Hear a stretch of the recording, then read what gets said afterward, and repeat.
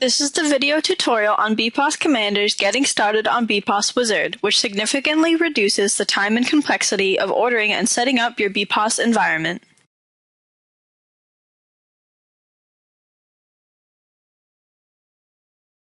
First, open up BPOS Commander by clicking Start and selecting the program.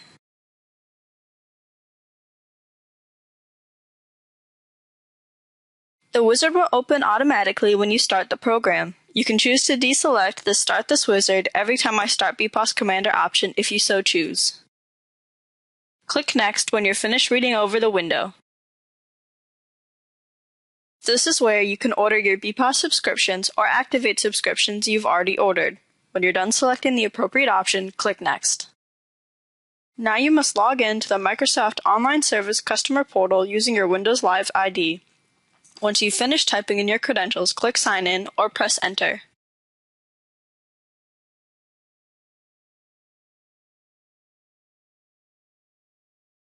And then click Next to continue. Depending on what option you chose in Step 2, you must now finish signing up for your BPOS subscriptions. Enter in your company's information, and then when you're done, select the box that you accept. BPOS Commander is a huge time saver in this respect because you can do everything right from the program. No need to open up a browser and go through all the steps. Enter in the name of the domain that you want to use for the administrative account for this BPOS subscription. Once the domain name you've chosen is correct and available, you can click I accept, and then when BPOS Commander is done, you can click Next to continue. Once you click Next, BPOS Commander will finish activating and setting up your BPOS subscriptions. When BPOS Commander is done, click OK, and then click Next. Here, you must enter in your Windows Live credentials so BPOS Commander can log you into the admin console and assign you admin credentials to the new BPOS accounts.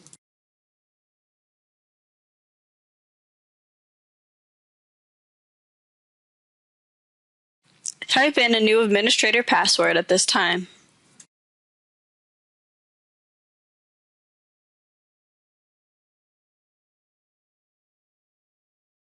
Once you're done entering the credentials, press OK or hit Enter.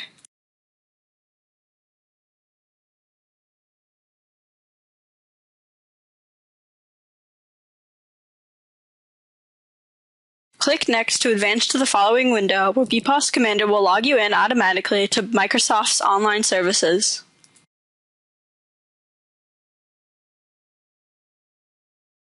Once you're logged into the Administration Center of Online Services, take a look at the many different services available. Once you're done taking a look at the features that are offered, click Next. On this step, you will enter in a domain name that you will use for BPOS Commander. If you need help setting up or verifying a domain, click this link to view documentation regarding this matter.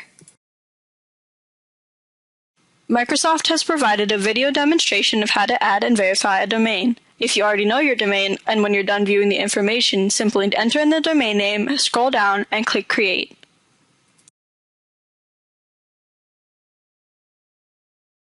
BPOS Commander will indicate whether the creation of the domain was successful. At this time, we will verify the domain. Click the checkbox to start this process, and then click Finish to proceed. Now you must choose the registrar of this domain. If you don't know, simply select Other. When you're done, click Next. Here, you have the option to add a DNS name to your domain registrar. You must add the Microsoft-provided CNAME record in your registrar's admin interface so that Microsoft can verify that you own the domain. When you are done reviewing the information or reading up on the documentation, click Verify to verify the domain. The domain verification process can take up to 15 minutes or even up to 48 hours. Now click Next to continue. Step 10 is where you'll create your first SharePoint Online site collection. This is where you'll migrate your on-premises data to. Simply enter in the fields marked by the red asterisk to continue.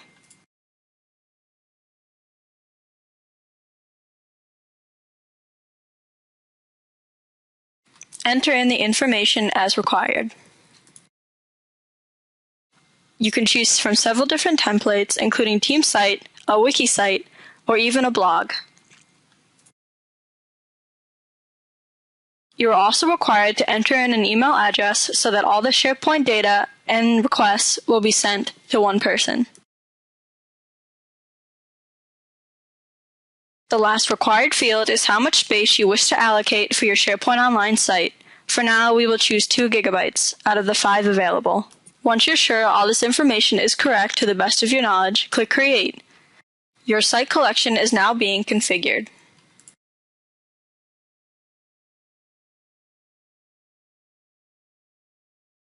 By scrolling up, you will be able to see if the creation of the site was successful. In this case, it was.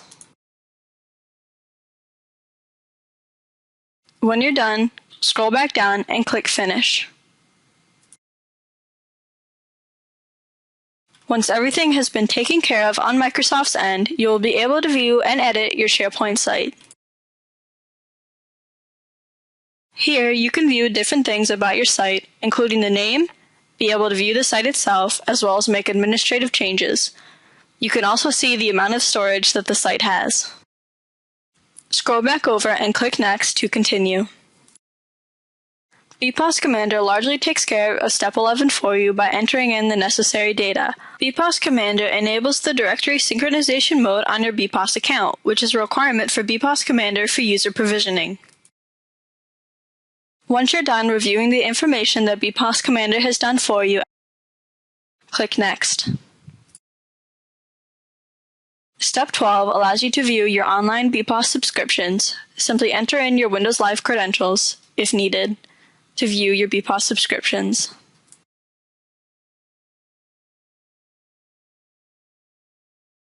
You can see several different details such as the partner of record, the owner of the subscriptions, and even the status of the services.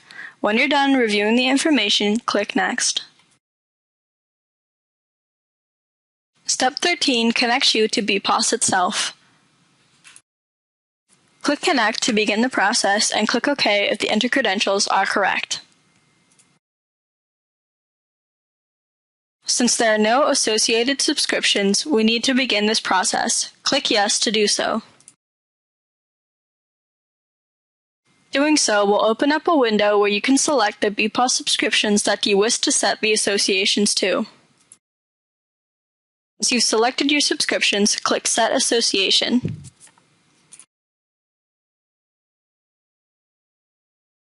Finally, select the associated subscriptions and then click OK. You can now see the change in the status of the subscriptions. Click OK once you're done, and then click Next to continue. Step 14 simply allows you to view your newly associated BPOS subscriptions. Click Show Details to view these subscriptions, as well as different information regarding your SharePoint storage and Exchange storage. Click Close and then click Next to continue. Now that we have all the necessary subscriptions associated and services connected to, we can now connect to the Active Directory in your local environment. Click Connect with the first option selected, and then enter in the proper credentials for the local directory.